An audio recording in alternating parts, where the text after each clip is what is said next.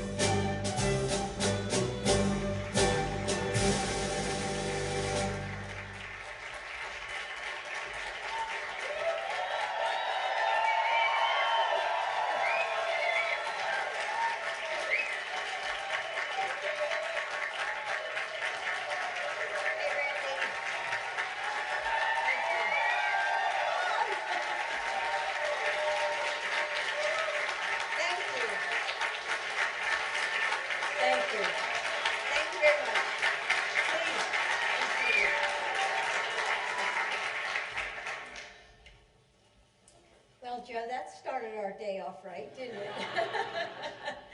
So welcome to the White House.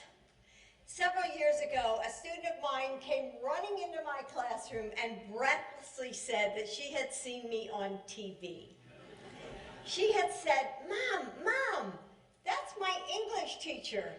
And her mother said, that's not your English teacher, that's the second lady. So when Joe was elected as vice president, people assumed that I would stop teaching. But, you know, I just couldn't give it up. I am first, foremost, and forever a teacher.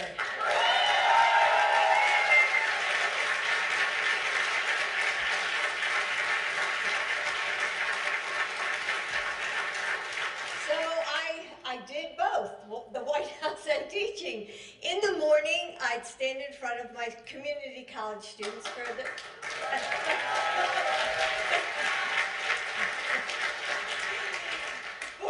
for their 8 a.m. English comp class. Actually, I'm still doing it. And by the evening, I was at the White House, state dinner or boarding Air Force Two.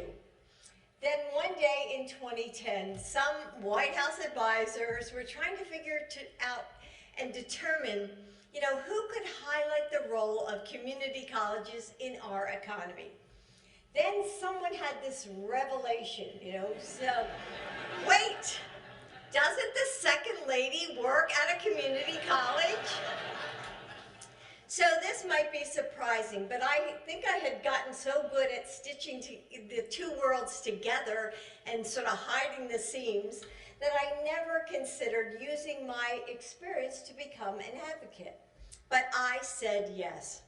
And at the time, I called community colleges America's best kept secret. And I knew that they deserved to be seen and celebrated and championed at every level of government. And Joe knows this too. So when he became president, Joe put community colleges front and center in his workforce strategy.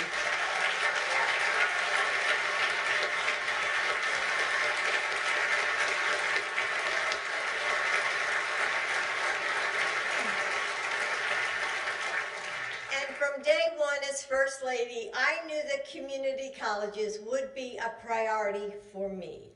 So part of that means pushing to make them tuition free. And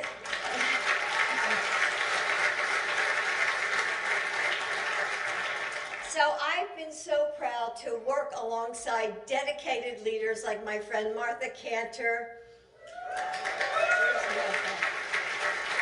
Walter Bumpus and Ji-Hang Lee, who have been dedicated partners in this work.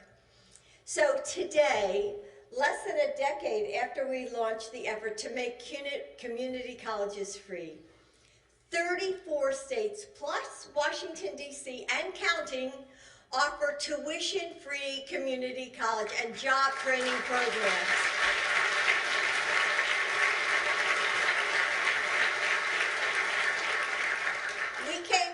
To making community college free for everyone across the country, but a few senators, I'm not going to name them, blocked our way. But that wasn't the end. This movement continues to gain momentum. We must keep fighting for free community college.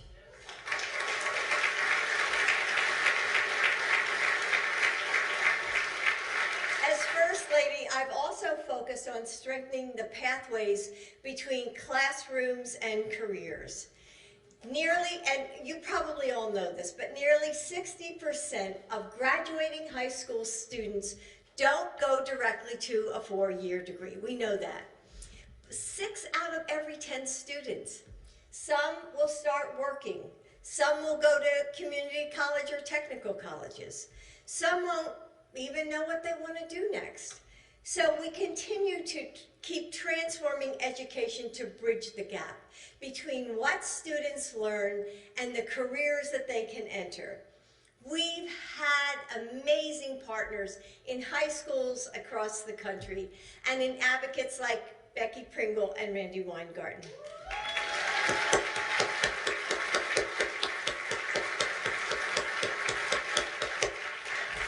Together, we're making sure that high school graduation isn't a sudden halt in a student's education, but rather like this seamless step forward, whether that's on a college campus, a registered apprenticeship, or another career opportunity. And we've partnered with the leaders of unions and businesses and school districts, colleges, and universities and to match what local employers and the workers that they need. And that's what we've been able to do with our Investing in America workforce hubs. And it's a model that communities across the country can replicate. Community colleges are no longer America's best kept secret. Thanks to the progress of Joe's administration and what they've created, we're on our way to making them America's best kept promise. Thank you.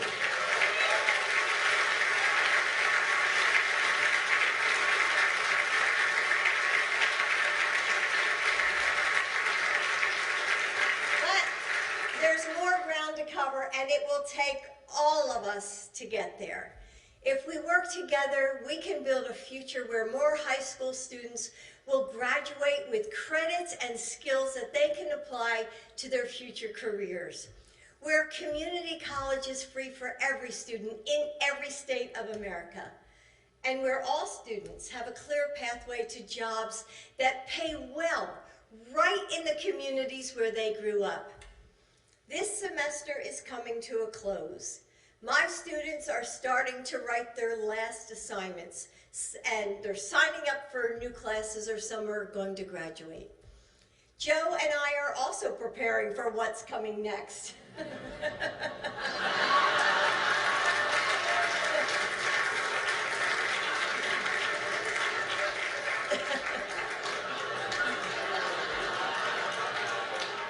It has been the honor of our lives to serve in the White House and to work alongside really all of you in this room.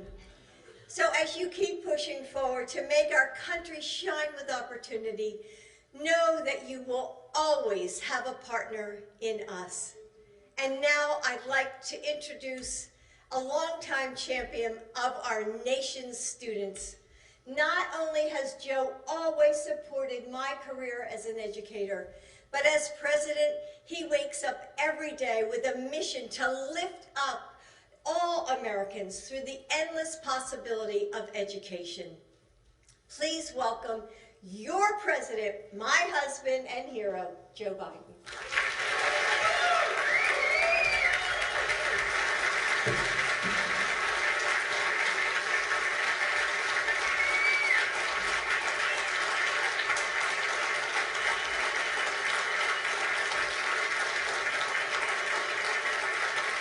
Thank you.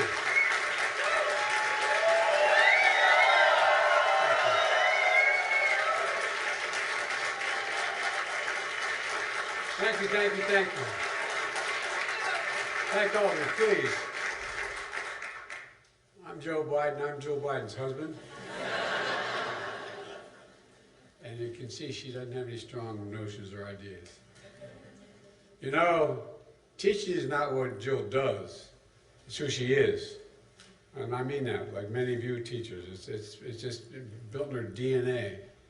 she was surprised when we got elected vice president. And she said she wanted to keep teaching. I said, of course. She looked at me like, really, you're going to do that? And we did it. But the point is that this is a passion. It's a passion for Jill. And the way I look at it is a simple proposition. How can we be the greatest nation in the world and not have the best education system in the world? I mean it. Think about it. It's pretty straightforward. So I'm honored to host this White House Classroom of Career Summit. Look, 15 years ago, when Jill hosted the first one during our vice presidency, to state the obvious, as I said, what Jill for Jill, being an educator is just what she is, period. I believe the work she's done to connect students in good paying jobs will prove one of the most important efforts of our presidency, and I mean it. Look, that's why we're all here today. And I want to thank Congressman Norcross in New Jersey. I keep reminding my Jersey guys, we do really well in Jersey. Jill's a Jersey girl, born and raised. And I tell them, though, there was actually a case a long time ago. Delaware is the second smallest state in the nation. But we own the Delaware River up to the high water mark in New Jersey. It was a Supreme Court decision, for real. So I just want you to know, that's why we're so close. Just step off. Anyway. You're a good man, pal. You really are. And the members of my cabinet are here. Thank you, thank you, thank you, thank you. And leaders of business, education, unions, philanthropy, nonprofits, and more, you know, for being here and for your leadership. And I mean it sincerely. You know, when we came to office, the pandemic was raging, the economy was reeling. And from day one, I was determined not only to vaccinate the nation, deliver immediate economic relief for the folks who need it the most, but I also determined to transform the way our economy works for everyone. To write a new economic playbook, and I mean this sincerely, a new economic playbook, build the economy from the middle out and the bottom up, not from the top down. My dad used to have an expression. He said, you know, Joey, when you talk about trickle-down economics, not a whole hell of a lot trickles down on our kitchen table. Well, when we do that, the poor have a ladder up, and the middle class do well, and the wealthy still be able to do very well. And we all do well. It's a playbook based on a value set that my dad taught me. He used to say, and I mean it sincerely, Joey, your job's about a lot more than a paycheck. It's about your dignity. It's about your place in the community. It's about being able to look your kid in the eye and say, honey, it's going to be okay, and mean it, and mean it. It matters. Not everyone has felt the progress because it takes time. We've emerged from a crisis. We have the strongest economy in the world, much more to do. Working families and the middle class are the center of a strong, equitable, and sustainable recovery. The big reason why is that I call the Investing in American agenda. You know, it's a page from our economic playbook that invests in all of America and all Americans, creating pathways for millions of good-paying jobs being created in our economy. You know, the key pieces of the Investing in America include historic laws that I've signed, the historic investments in modernizing our roads and bridges, our ports, airports, public transit. We're replacing poisonous lead pipes. We're delivering clean water to every American. It's take time. But it's the beginning. It's real. It's there. We're delivering affordable high-speed internet and so much more. Roosevelt talked about the need to electrify America during that history. Well, how can you have access to being able to participate in everything? In fact, you don't have access to affordable internet. You don't have access to, anyway, don't get me going. But look, we're also making sure that the supply chain, I don't think Americans heard much about supply chain before we came to office. But the supply chain starts in America. We can no longer, for the longest time, corporate America decided to export the jobs because they're cheaper labor and import the product. Well, not us. We've changed that dynamic. For example, semiconductors. Those little computer chips small on the tip of my little finger. You know, they power everything from our smartphones to automobiles to weapon systems. America invented those chips. We in the United States invented them. We modernized them. We did all the work on them. But we stopped making them. We used to have over 40% of the market. We got down to virtually none of it. But not anymore. Today we're making once-in-a-generation investments in American science and innovation that are building chip factories all across America. And they're going to be creating tens of thousands of good-paying jobs. And that's not hyperbole, but it takes time to build them. The one thing I was all excited about how much we've invested, how much is coming, but it's taking time. You have to build those so-called fabs. These fabs, these factories that build these things, are as big as football fields. And guess what? They pay about an average of $105,000 a year. You don't need a college degree to get there. And that doesn't even count the tens of billions of dollars being spent to build these facilities and attract other businesses. And I signed the most significant climate law ever in American history, but in history of the world.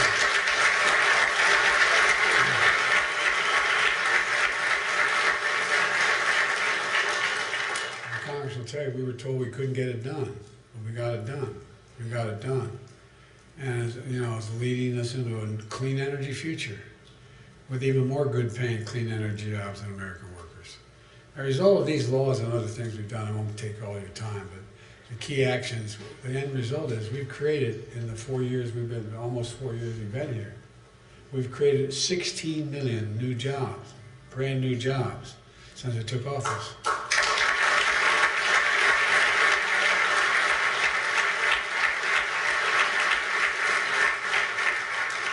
And the most in any single U.S. presidential term. Inflation is at 2.6%, close to the pre-pandemic rate.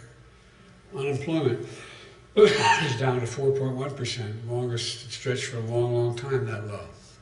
Despite the critics saying we had to lower our ambitions to get the economy going, we've attracted off the sidelines from private enterprise over $1 trillion, $1 trillion in private investment in clean energy and manufacturing. That are creating good-paying jobs and building factories here in America where they belong.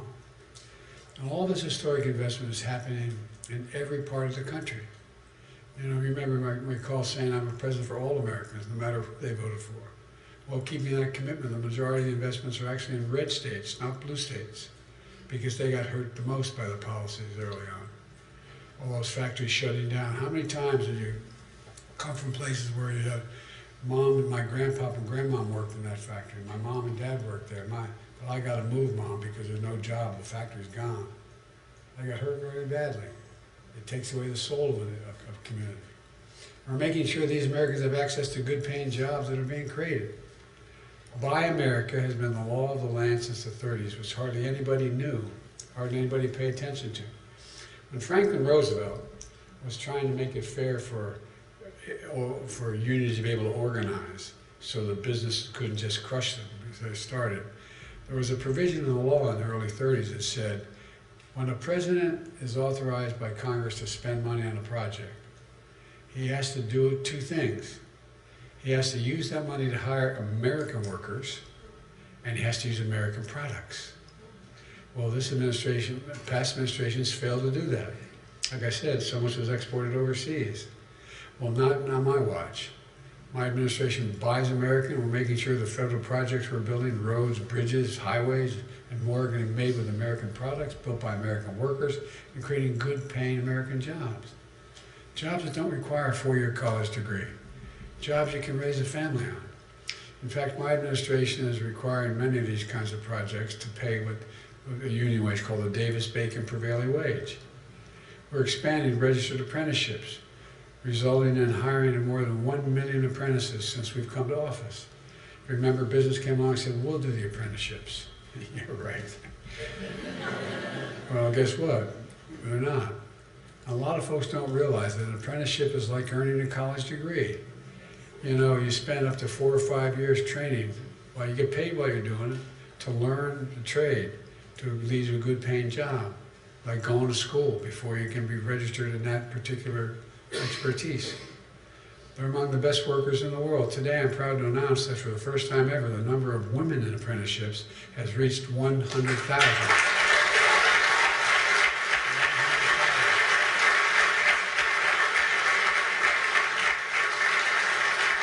3 times the number from a decade ago. When I took office, not a single state had a registered apprenticeship program for teachers.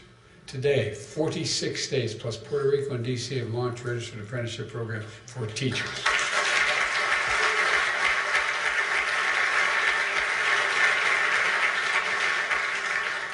almost say I did that because I feared for my life, but not true. I wanted to do it anyway. I'm also proud to announce that we've committed more than $80 billion towards strengthening and expanding our workforce. As Jill just described, that includes supporting free community college programs so students and workers can train for good jobs without the burden of student debt. It also describes what we launched the workforce hubs, where we collaborate with local leaders, community colleges, unions, local businesses to train and connect Americans to good paying jobs.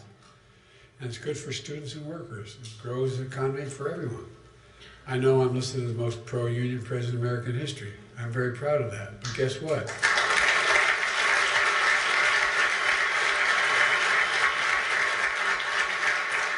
Guess what, folks? Businesses now acknowledge it. It helps them too. I had Treasury Department do a study. What's the effect of focusing on unions? Everybody's standard of living is raised. Everybody's. We've also really proud to have launched the American Climate Corps, patterned after the Peace Corps and the American Corps, to put tens of thousands of young people on a path to good paying, clean energy, apprenticeships, and jobs. That's the future. And with the support of the private sector, we're also bringing business into high schools so younger students can learn about and train for good paying jobs, including those that don't require four-year degrees, as Jill pointed out. There's so much more that you'll learn about at today's summit, and many of you bring more information as well. But look, it really matters. Let me close with this.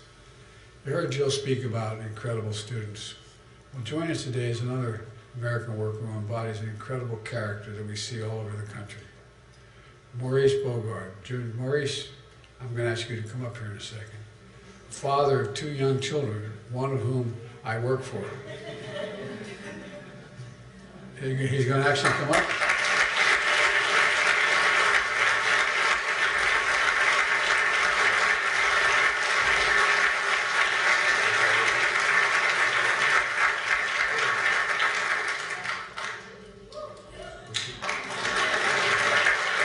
Hello. Maurice from Cleveland, Ohio. On the day his children were born, he had a survival mindset to do whatever he could to improve the positive circumstances for his family. 12 to 16-hour days and multiple jobs, even working out of town for months at a time, just to get by. Just it meant fewer hours with his children as well and his family. Last year, his sister, who's also with him today, says, stand up.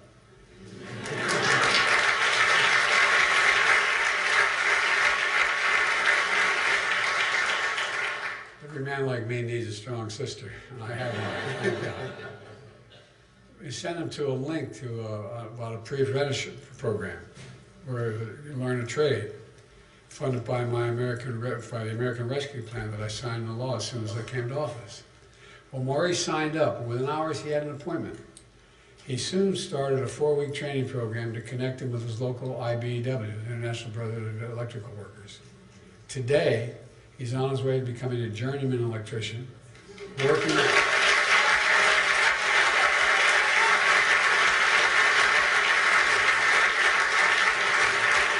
at the stadium of his hometown baseball team, the Cleveland Guardians. Sorry. Good paying job with good hours, good benefits, and a lifelong career. And a sense of dignity and pride to be the father he always wanted to be. Yes, sir. And it's not just him. Millions of workers and families have more opportunity today than they did 4 years ago in an economy. The economy is growing from the middle out and the bottom up. He can put him down, he can do whatever he wants. All you got to do, look, you can do anything you want, pal. Okay? And you want to make a speech later, you can, all right? All right. Economy where everybody has a fair shot. We leave nobody behind. Invest in America and all Americans. That's what we've done together by reminding ourselves who we are. For Lord's sake, we're the United States of America. There's nothing. I mean this in front of my heart. There's nothing beyond our capacity when we do it together. And there's no group I'd rather be doing it with than all of you. So God bless you all. May God protect our troops. Thank you, thank you, thank you. Distinguished guests, please remain in your seats as the President and First Lady depart. And as we transition the stage for today's panel,